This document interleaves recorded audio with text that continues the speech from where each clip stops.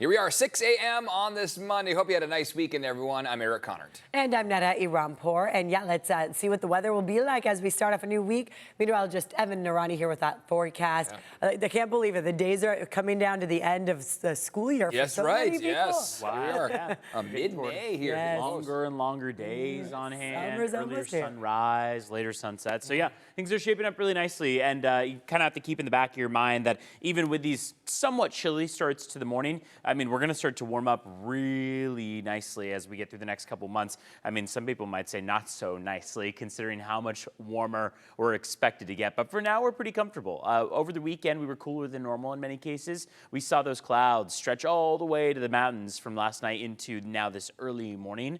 And while the sun is up technically, it's still pretty gray to kick off the day. By the afternoon, we'll move towards sunshine or at least partly cloudy skies. Upper 60s by the water, mid 70s as we look inland. The mountains going for 71 and the desert's 86. Vanessa Paz checking in on traffic. Good morning. Good morning and happy Monday to you. Hope you all had a good weekend. I know that it's Monday, but the good news is things are pretty steady out there. So if you're headed out the door, maybe you got to catch a flight, get to a meeting on time. It looks like you're not looking at any major slowing. In fact, this is a live look. Pretty bright out there, 15 in both directions right at Fallbrook. We are dealing with a little bit of haze. You can see that in the distance looking east. This is a drive headed into Mission Valley, passing College Avenue. Right now we're at steady speeds. No major issues nor delays coming in from the South Bay. Same deal coming across the Coronado Bridge headed towards Coronado in from Barrio Logan. And of course, we'll let you know if that changes. And we'll also take a look at those travel times coming up a little later. Back to you guys. Well, after years of delays, opening statements begin this morning in the Larry Millete murder trial. He is charged with killing his wife, Maya, who went missing back in 2021. Her body has never been found. News 8's Tori Apodaca live at the South Bay Courthouse to tell us what we can expect. It's going to be a huge factor in this case. A big part is that her body was never found, right, Tori? Yeah, that really is going to be the big challenge here, the fact that Maya Millete's body has still never been found. And that means that the case is going to really rely on circumstantial evidence. We don't know what happened. And then if something did happen, then we have to answer the second question is, who did it? I think the defense is going to come with an opening statement that's going to say, we don't know what happened and we don't know who did it. And that was the last known video of mother of three, Maya Millete. She disappeared from her Chula Vista home in 2021.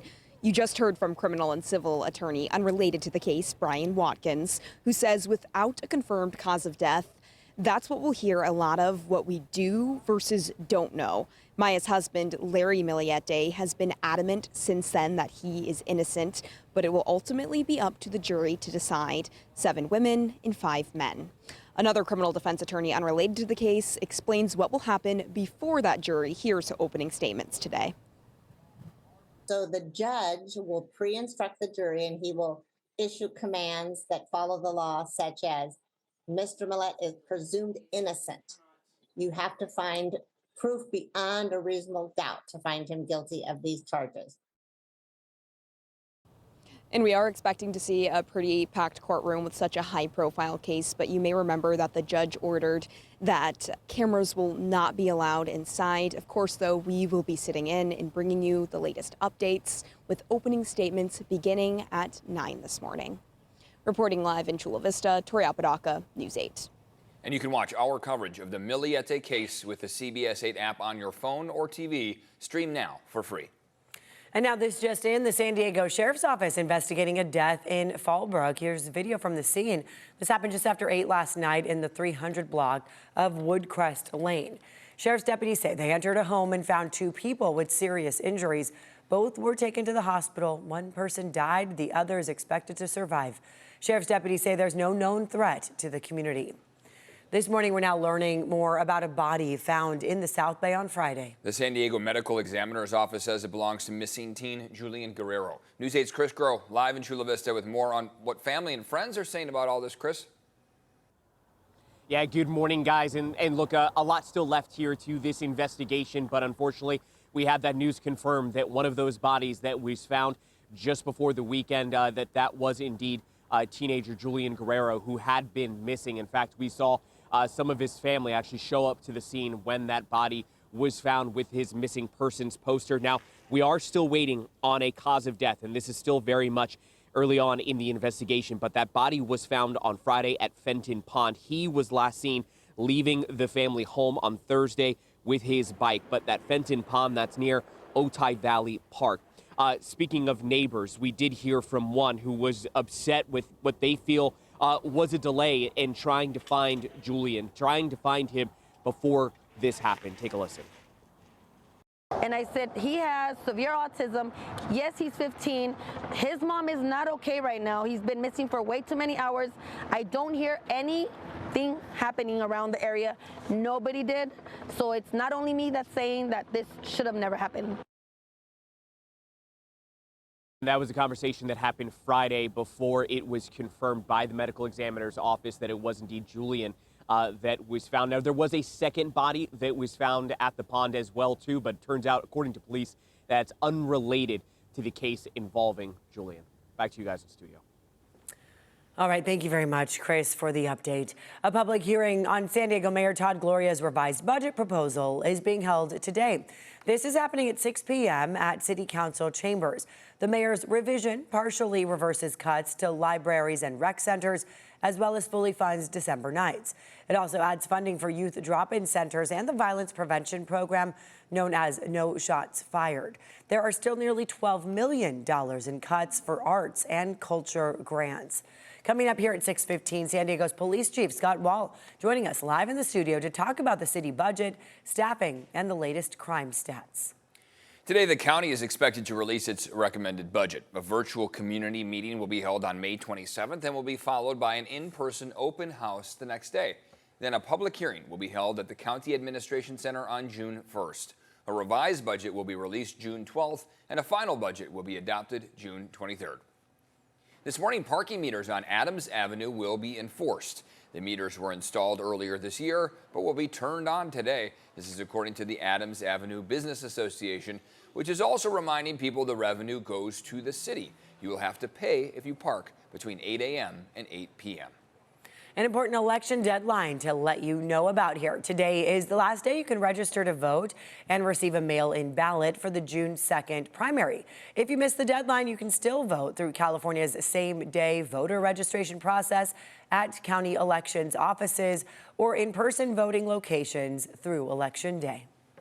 All right, a great start out there here today. But look at that. Yeah, it's looking still nice at the beach there in Del Mar. That's the thing. Over the course of the weekend, those clouds were pretty heavy at times, especially out toward the morning hours.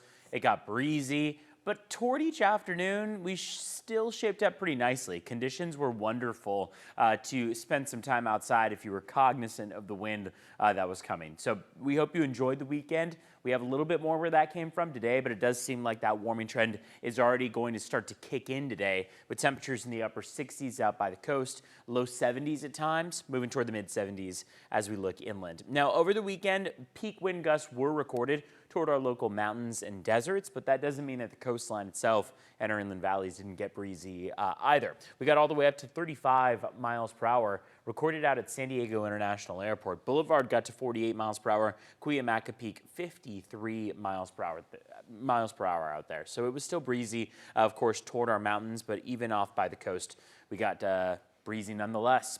When we look at Borrego over the course of the day today, the message is a wind advisory has expired.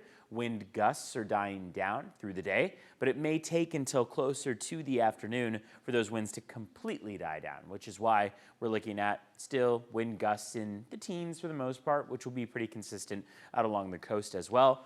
Shouldn't be too much of a concern, but those winds will be dying down and breezy at times. Signal Peak, this is live right now. You can see those clouds pulling off of the coast. This is up in the Orange County area.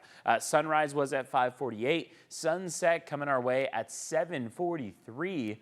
Remember, we're moving toward an 8 p.m. sunset, and that sunrise also getting earlier. Since those clouds are pulling off of the mountains right now, it seems more and more likely that we'll be looking at a sunny afternoon. By about 9 a.m., we should see coastal clearing occur. Temperatures right now out the door are in the 60s off toward the coast in Oceanside and Carlsbad. A little bit cooler inland, 55 in Ramona, 53 in Alpine, Julian at 44, and Mount Laguna at 42. You can open up the windows, let in the cooler air for now to start off the day before things start to warm up more and more each afternoon, especially through Wednesday. All right, Vanessa Paz checking in on traffic at 6:10. Good morning. Good morning. Let's go ahead and take you up to Oceanside. I was trying to get another camera, but it looks like the ones in the South Bay did not want to work for me. This is the 5 in Oceanside. So I wanted to show off this camera because this is where we're tracking a crash, just north of where this camera is located. So it's on the 5 right at Harbor Drive, and it's in the center divide. It's on the southbound end. So just a heads up, maybe you're traveling in from the Camp Pendleton area headed south towards Oceanside or Carlsbad via the 5 towards the 76. This may slow things down for you this morning. Other than that, we're at steady speed. So once you get past all of that activity, it looks like we're averaging about 69, 70 mile per hour speeds on the 5 and the 15. If you're traveling in from the East County headed westbound, no major issues nor delays. Happy to report that we're at steady speeds anywhere between 69 to 75 miles per hour or so. And then to get you across to Coronado, 56 mile per hour speeds across the bridge there. Here's what it looks like on the 5 and the 805. And then as we take a look at your travel times, we're sitting really nice this Monday, about 10 to 15 minutes coming in from San Ysidro as well as National City. If you're traveling across to Coronado, under 5 minutes. Here's a quick look at travel times out of the East County headed west, 3 to 7 minutes on the 94, the 8, as well as the 52. And then last but not least, here are your travel times out of the North County, Oceanside to Encinitas, an 11-minute ride. We're matching that same travel time coming in from Escondido, and a couple of more minutes greater coming across from Escondido headed towards Oceanside via the 78 West.